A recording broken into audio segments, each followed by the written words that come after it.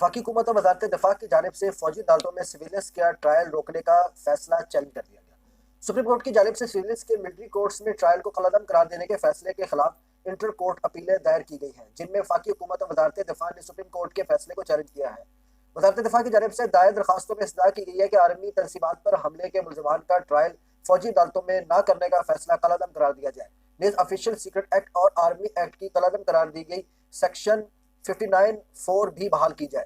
وزارت دفاع نے اپیلوں میں حتمی فیصلے تک فوجی عدالتوں میں ٹرائل روکنے کے خلاف حکم امتناع کی بھی استدعا کر دی۔ اپیل میں کہا گیا ہے کہ سپریم کورٹ کی 5 رکنی بینچ نے جن درخواستوں پر فیصلہ دیا وہ ناقابل سماعتی آرمی ایکٹ اور آفیشیل سیکرٹ ایکٹ کی دفعات قلعدم ہونے سے ملک کو ناقابل تلافی نقصان ہوگا۔ دوسری جانب وفاقی حکومت نے بھی فوجی عدالتوں میں سویلنس کا ٹرائل روکنے کا فیصلہ سپریم کورٹ میں چیلنج کر دیا، جس میں موقف اختیار کیا گیا ہے کہ کورٹ مارشل سے بنیادی حقوق کی خلاف ورزی نہیں ہوتی۔ اٹارنی جنرل کے ذریعے دائر کی گئی انٹرا کورٹ اپیل میں وفاقی حکومت کی جانب سے استدعا کی گئی ہے کہ فوجی عدالتوں میں سویلنس کا ٹرائل قلعدم قرار دینے کا فیصلہ قلعدم قرار جائے۔ عام شہریوں کا فوجی عدالتوں میں ٹرائل غیر آئینی قرار دینے کا فیصلہ معطل کیا جائے۔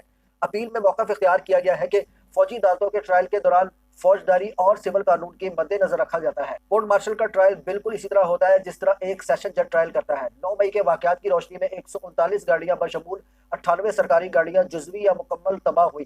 9 مئی کے واقعات کے سبب 2539.19 ملین کا نقصان ہوا، جس میں 1982.95 ملین کا نقصان فوجی تنصیبات اور گاڑیوں کو پہنچا۔ وفاقی حکومت کی اپیل میں مزید کہا گیا ہے کہ سپریم کورٹ نے پریکٹس اینڈ پروسیجر قانون درست قرار دے کر اطلاق 21 اپریل 2023 سے کیا۔ عام شہریوں کے فوجی عدالتوں میں ٹرائل کے خلاف درخواستیں سننے والے بینچ کی تشکیل ہی درست نہیں تھی۔ 9 مئی کی جو واقعات ہوئے وہ جرائم سول نوعیت کے نہیں بلکہ ملٹری نوعیت کے ہیں۔ 9 مئی کے واقعات کا براہ راست تعلق ملک کی سلامتی سے ہے۔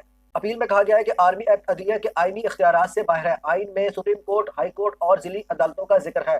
فوجی عدالت کا فیصلہ بدریتی پر مشتمل ہونے کی صورت میں ہائی کورٹ میں چیلنج کیا جا سکتا ہے۔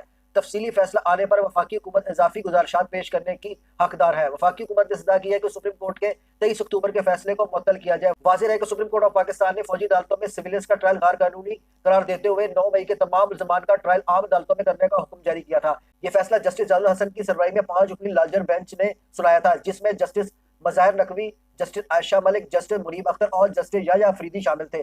سپریم کورٹ نے یہ فیصلہ 4-1 کی اکثریت سے سنایا، جس میں فوجی عدالتوں میں سویلین کے ٹرائل کے خلاف درخواستیں منظور کر لی گئی، جبکہ جسٹس یحییٰ افریدی نے فیصلے کے خلاف کیا تھا۔ سپریم کورٹ نے اپنے فیصلے میں ملٹری ایکٹ کے سیکشن 21(d) کی دونوں ذیلی شاخوں کو غیر آئینی قرار دیتے ہوئے 9 مئی کے تمام ملزمان کا ٹرائل عام عدالتوں میں کرنے کا حکم جاری کیا تھا۔